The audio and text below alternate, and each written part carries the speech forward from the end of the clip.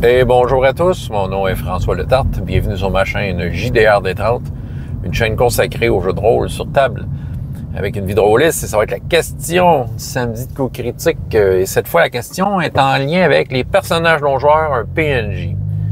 Alors, une astuce pour aider à improviser un personnage non-joueur non prévu.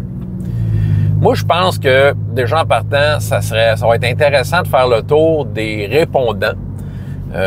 Parce que je suis sûr qu'il y a plein de trucs intéressants. Tout le monde a sa petite recette pour essayer de s'en sortir avec un personnage non-joueur qui n'était pas prévu dans la campagne, qui est plus question de le rendre intéressant, là, qui a de l'air d'être en 3 dimensions, là, un peu. Donc, c'est ça. Moi, je vais y aller avec ma réponse, en fait.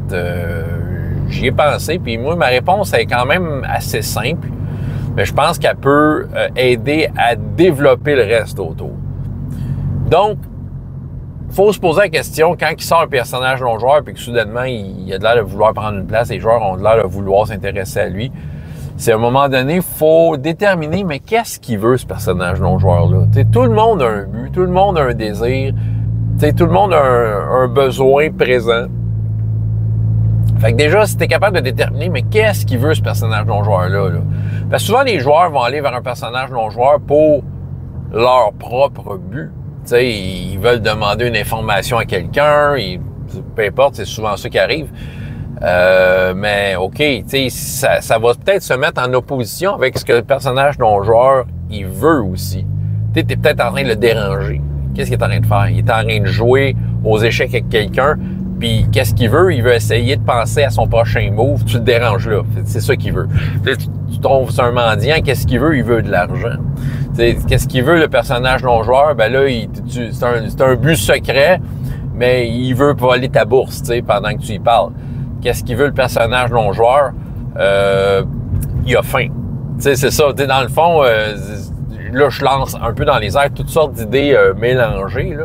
Mais je pense que vous comprenez. Là, dans le fond, un personnage non-joueur est une personne qui a des désirs. Fait que trouvez-y un but. Ça peut être un but très, très simple. Puis, ça devient, un but, c'est quand même fort, donc il y a beaucoup de choses qui vont découler de ça. L'interaction va vraiment débloquer à partir de ça, surtout si les joueurs découvrent qu'est-ce que le personnage non-joueur veut.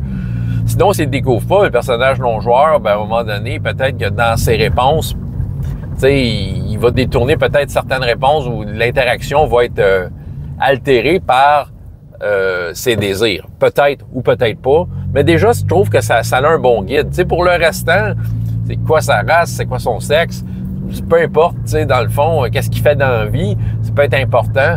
Mais déjà, s'il y a un but, on peut inventer le reste, puis souvent le but vient facile. Tu inventes un marchand, ben, OK, il veut te vendre de quoi? C'est ça. Mais c'est ça, le but est quelque chose de fort, je pense, qui est simple et fort. T'installes ça, puis le personnage non-joueur va interagir avec les personnages joueurs en ayant son but, en gardant en tête qu'est-ce qu'il a envie de faire. C'est ça. Je pense que vous avez compris. Hein? François Letarte, JDR Détente, et jusqu'à la prochaine fois, il y a autant de plaisir dans la vie que dans les jeux. Au revoir.